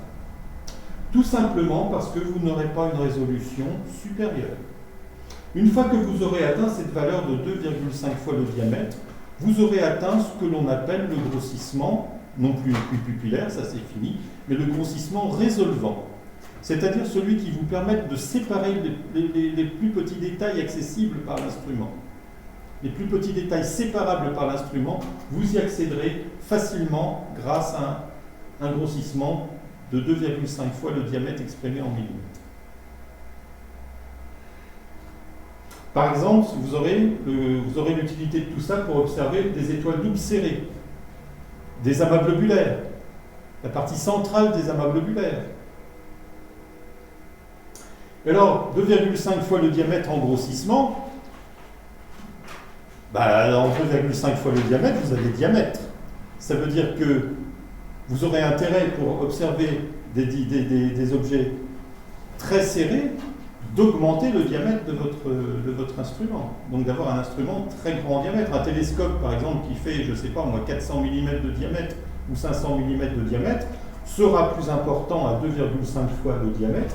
Il sera beaucoup plus performant sur des objets de type amas globulaire qu'une lunette de 80 mm de diamètre, à 2,5 fois grossissement résolvant. Là intervient le diamètre. Il intervient dans la luminosité, c'est vrai, mais il intervient aussi dans le grossissement résolvant.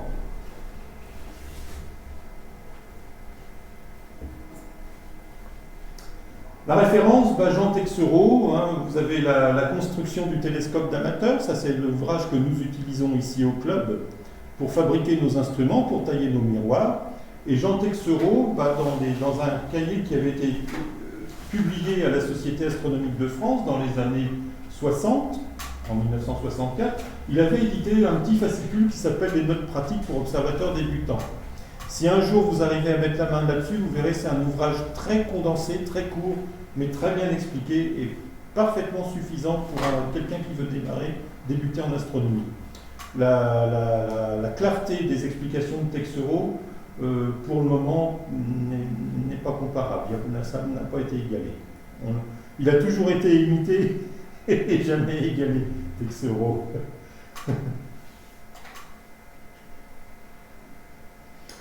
Alors, pour la recherche d'objets faibles, des nébuleuses, des galaxies, on utilisera une pupille de sortie comprise entre 4 et 6-7 mm. Pour la recherche des objets. Une fois qu'on a trouvé, si on a besoin de donner du grossissement, si c'est un amas globulaire par exemple, séparer les objets, on va changer d'oculaire pour mettre le grossissement résolvant, 2,5 fois D. Donc, D compris entre 4 et 7 pour la recherche. Une fois qu'on a trouvé, on enlève cet oculaire-là et on le remplace par l'oculaire qui donne le grossissement résolvant. Ça, c'est quelque chose que de toute façon, vous verrez sur le terrain. Quand on fera de l'observation au club, on emmènera des instruments sur le terrain, on va mettre en pratique justement tout ça. On pourra vous faire l'expérience d'essayer de pointer un objet avec le grossissement résolvant, vous allez en baver parce que le champ sera tellement serré que vous aurez toutes les misères du monde pour essayer de mettre en place l'objet dans Par exemple, le je champ vais dire une d'instrument. bêtise, peut-être une bêtise, on fait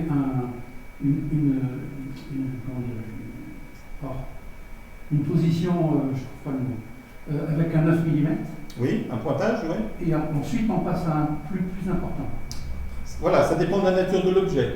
Si par exemple c'est un objet très étendu, on ne changera pas l'oculaire. Si c'est une galaxie étendue, une nébuleuse étendue, il n'y aura pas besoin de changer le grossissement. Au contraire, on essaiera de voir l'objet dans son ensemble. D'accord ?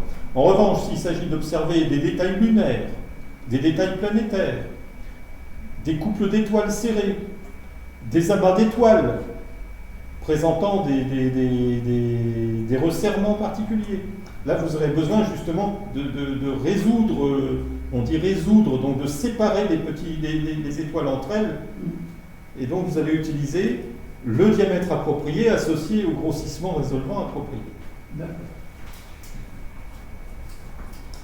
Donc, si vous avez sur le terrain, en club d'astronomie, quelqu'un qui pointe sur le terrain, qui pointe un amas globulaire avec une lunette de 80, et puis vous avez sur le même terrain un télescope de 300 mm de diamètre ou 350 qui pointe le même objet, essayez plutôt de regarder l'objet dans le télescope de 350. C'est ça que ça veut dire. Parce que là, vous pourrez dire « Ah, mais moi, je veux le grossissement résolvant pour pouvoir séparer la paire d'étoiles, ou pour pouvoir séparer la partie centrale de l'amas globulaire, ou pour pouvoir séparer les zones de condensation dans un amas ouvert, par exemple. Ou pour pouvoir séparer deux petits détails distincts sur la Lune. »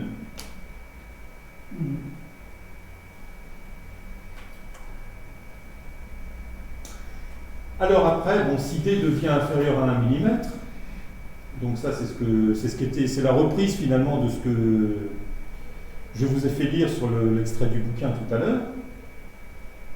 Donc on peut faire des observations de la Lune et des planètes dans de très bonnes conditions, puisqu'on peut séparer avec le grossissement résolvant les différents détails qui se trouvent sur l'objet observé, d'accord ? Donc des détails lunaires, des détails planétaires, des détails d'objets d'amas et autres.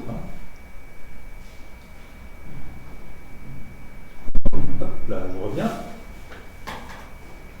Et vous constaterez quand vous regarderez dans certaines séries d'oculaires que vous en avez qui vous donnent l'impression de regarder dans un trou de serrure, comme à gauche. Et d'autres qui vous donnent l'impression de regarder avec plus de confort. Là, le grossissement est le même. Simplement, le champ apparent n'est pas le même. Voilà. Donc ça, c'est un critère qu'il faut prendre en compte aussi. C'est un critère qu'il faut prendre en compte aussi quand vous achetez votre série d'oculaires. Quel est le champ apparent quand vous regardez l'œil dans votre oculaire, même s'il n'est pas derrière un instrument, vous voyez le cercle qui limite le champ apparent de votre oculaire. Plus ce champ apparent est grand, plus vous aurez du confort pour observer les objets, notamment les objets qui sont étendus. Mais ça ne change pas le grossissement. Ça ne changera pas le grossissement.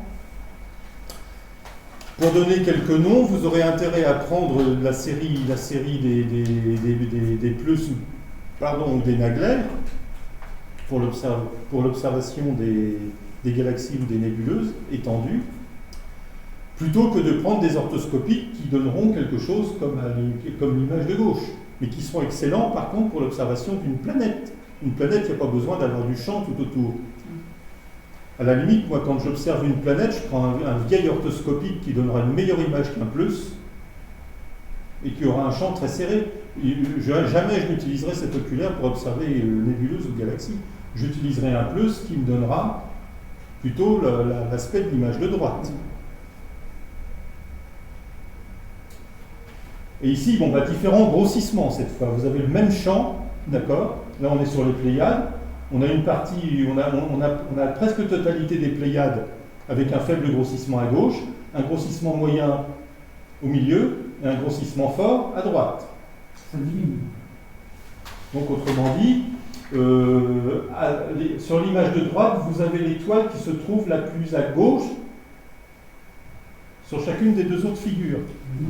D'accord? Sur la première figure, sur la deuxième figure, vous regardez la paire d'étoiles qui se trouve à gauche sur le champ, c'est ce que vous retrouvez sur la troisième image à droite. C'est quelque chose qu'il faudra vous habituer sur le terrain à reconnaître aussi, ça. Bon, là, sur le tableau, c'est facile. Mais quand on est sur le terrain, quand on a changé de grossissement, bah, c'est pas forcément évident qu'on va s'y retrouver. Oui, on a l'impression qu'on est ailleurs. Voilà. Elles sont toutes les trois intéressantes. Toutes les trois elles ont tout leur intérêt. La première à gauche vous permet d'avoir une vue d'ensemble de l'objet qu'on observe. La seconde d'entrer un peu plus dans le détail. Et enfin, la dernière de séparer de manière bien nette certains groupes d'étoiles qu'on veut séparer. Alors les critères de séparation, alors selon les auteurs, ça peut changer. En général, c'est en seconde ligne, critère de Rayleigh qui est retenu. Critère de séparation de deux étoiles entre elles, par exemple. Ou de deux détails distincts sur un objet comme la Lune, par exemple. Je laisse suffisamment de temps pour que les personnes puissent faire des copies d'écran, bien entendu.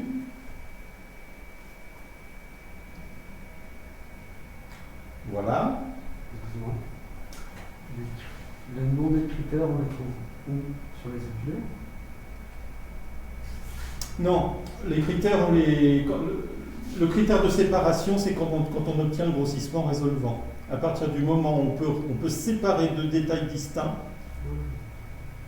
on entre dans le critère de Rayleigh. D'accord, c'est vrai. Donc, figure centrale en coupe de la figure de gauche, avec beaucoup de lumière ou avec peu de lumière.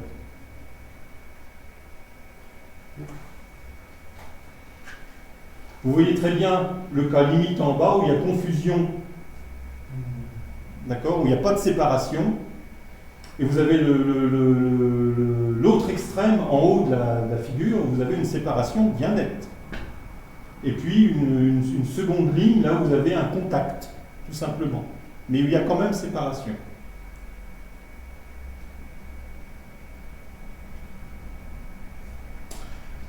Ce qui est important de prendre en compte aussi pour la séparation des détails, donc pour le choix des oculaires que vous allez utiliser sur le terrain, c'est la qualité du ciel dans laquelle vous allez observer. Et la qualité du ciel ne réside pas seulement dans la pollution lumineuse, dans la luminosité ambiante du ciel, ça réside aussi dans l'agitation atmosphérique. Ça a un rôle très important, on l'avait vu dans les topos qu'on avait fait en photographie, mais en observation visuelle aussi. Il y a des moments où vous pourrez séparer très facilement avec le grossissement résolvant les objets que vous voulez détailler, mais par contre, il y a des nuits où vous ne pourrez pas, parce que il y aura plus d'agitation, il y aura plus de vent, il y aura plus de turbulences atmosphériques.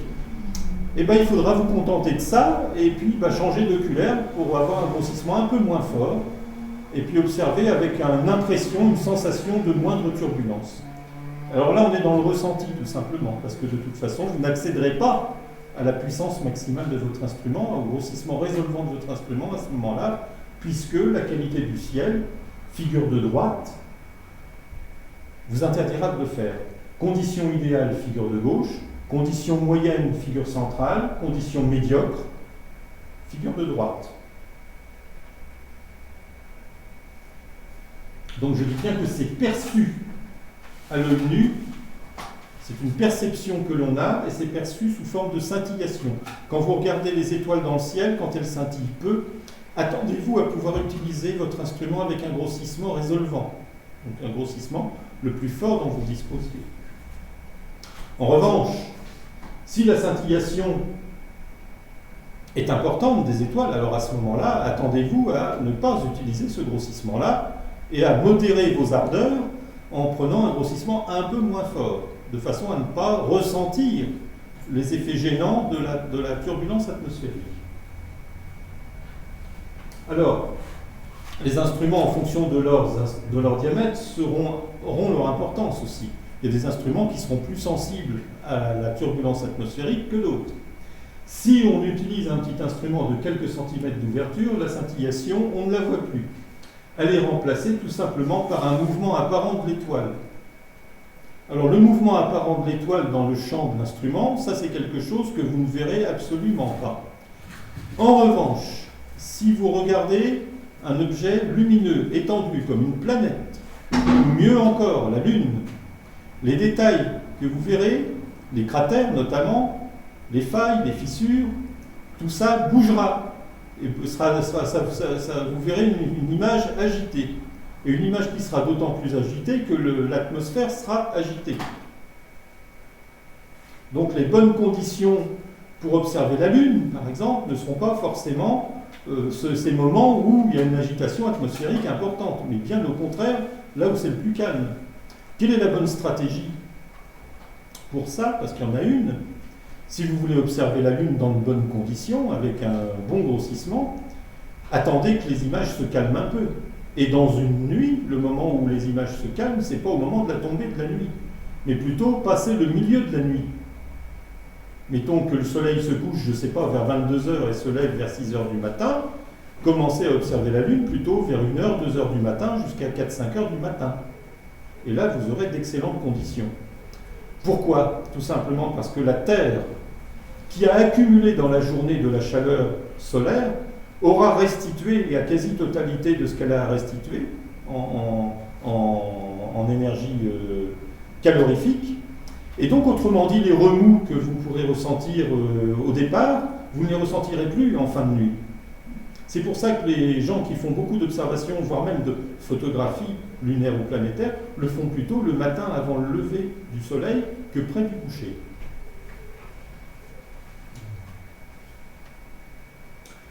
Donc voilà, par exemple, typiquement à quoi ressemble une étoile observée dans de mauvaises conditions, dans de très mauvaises conditions, avec un grossissement très fort. Vous voyez, ça ne sert à rien de donner du grossissement, vous ne verrez plus le point lumineux entouré d'une figure de diffraction, d'un anneau de diffraction, vous ne le verrez plus. Tout ça sera une espèce de brouillard, là, comme ça, qui sera totalement inexploitable. Autrement dit, si vous avez deux points lumineux distincts et proches l'un de l'autre, qui sont affectés par des mouvements comme ça, vous ne pourrez pas les séparer. Tout simplement à cause de l'agitation.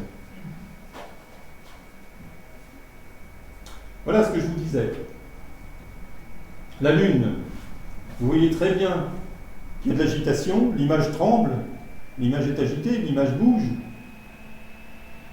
Vous voyez, ça s'est pris à plusieurs heures d'intervalle. Ben, vous voyez très bien que l'image bouge, qu'il y a de l'agitation, et non seulement l'agitation va affecter un cratère à un instant donné, mais au même instant, à un autre endroit, vous n'aurez pas le même bouger à cause de la turbulence atmosphérique. Ça bouge comme si on faisait onduler l'image, comme si on attrapait l'image comme étant un drap, qu'on fasse onduler. Vous voyez ?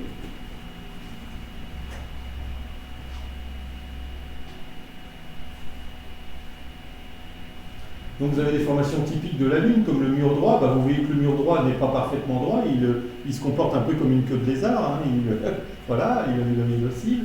Vous voyez tous les détails, le cirque Platon, là, pareil, lui, il est agité également. Hein. Tous les détails qu'on voit bien normalement, on ne les voit pas, à cause de l'agitation atmosphérique. Donc idéalement, observez la Lune et les planètes le matin, observez les amas globulaires, les étoiles doubles le matin, alors que la Terre a rendu déjà toute sa masse, par sa masse plutôt, toute la chaleur qu'elle a accumulée dans la journée. Observez aussi dans des endroits où vous n'aurez pas de restitution de chaleur. Par exemple, observez plutôt dans l'herbe que sur une terrasse. Vous serez moins sollicité par ça. Voilà. Donc on va rester sur cette image de l'agitation atmosphérique sur la Lune. On se retrouvera plus tard dans une autre, pour la suite, où vous verrez, il y a encore beaucoup de notions à connaître qui sont très intéressantes, et on vous montrera comment on utilise les instruments, comment on les met en place, et puis il y a également quelques détails de construction mécanique aussi qu'il faut connaître. Voilà, donc la suite, à la prochaine. Merci. Une question peut-être quand même, Vas-y. parce qu'on a parlé de l'oculaire. Ouais. Je voudrais bien avoir quelques, enfin moi, des sources, Oui. sur la lentille de Barlow. Je connais pas grand-chose. Ah bah ça on n'en a pas encore parlé, mais on va en parler. Surtout,